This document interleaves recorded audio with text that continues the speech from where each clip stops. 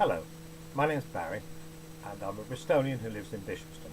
Lived here since 1958. We're soon going to have a Metro Mayor. This will be an extra mayor who sits on top of Bristol, South Gloucestershire, Bath and North East Somerset, responsible for things like transport, planning and so on.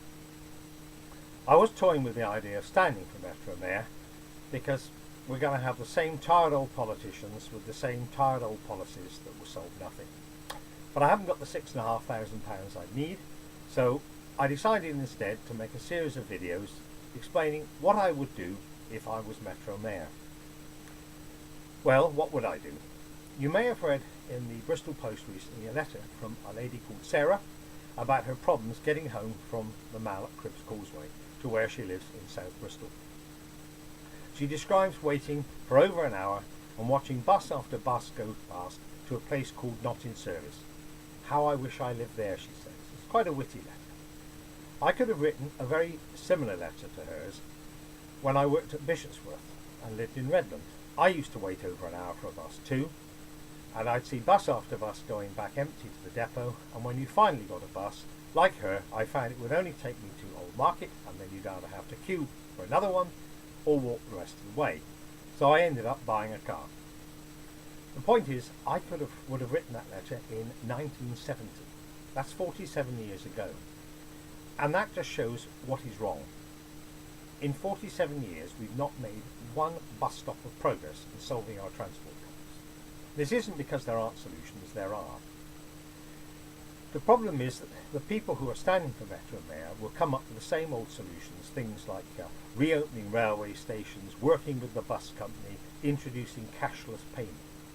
I mean, what good is that going to do? In 1955, cashless payment would have been a revolution.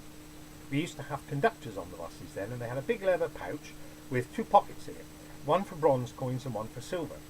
And they had a board with clips across the top, and they used to unclip a ticket, punch it, and then hand it to you. To suggest that that is what we can do in the second decade of the 21st century to speed up our transport in Bristol is frankly ridiculous. Now, I know what you're going to say is, what's the alternative? Well, there are alternatives. The problem is that they won't look at them. I asked the councillor in charge of Bristol's transport a few years ago why they didn't consider ultra PRT. Quick as a flash, he said, "Oh, that's no good, it wouldn't be able to climb up Park Street." Now, he was a lecturer in botany at the university, but he knew instantly that a system of transport developed by a professor of engineering at his own university wouldn't be able to go up Park Street. He didn't say, could it go up? And it's this kind of stinking thinking that is holding everything back. Consider this.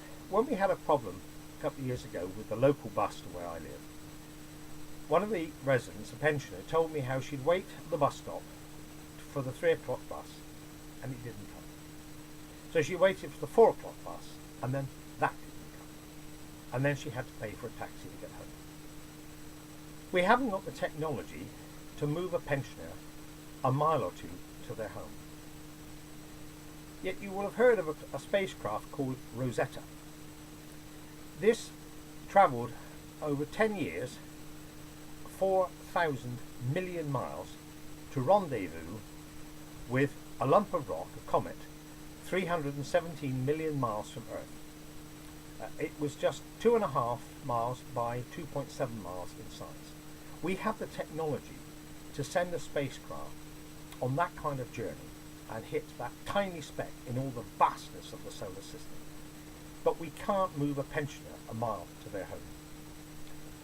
So what am I going to do about it? Well, I'd like us to have a look at the modern systems of transport, and I'm going to talk about them tomorrow. The talk will be called Ban the Bus, Crash the Train, Curb the Cycle. If you like what you've heard, or even if you don't, please share it. And if you want to ask me a question or comment on some of the things you've heard, you can email me at bishopstonbarry@uwclub.net. Talk to you tomorrow. Bye.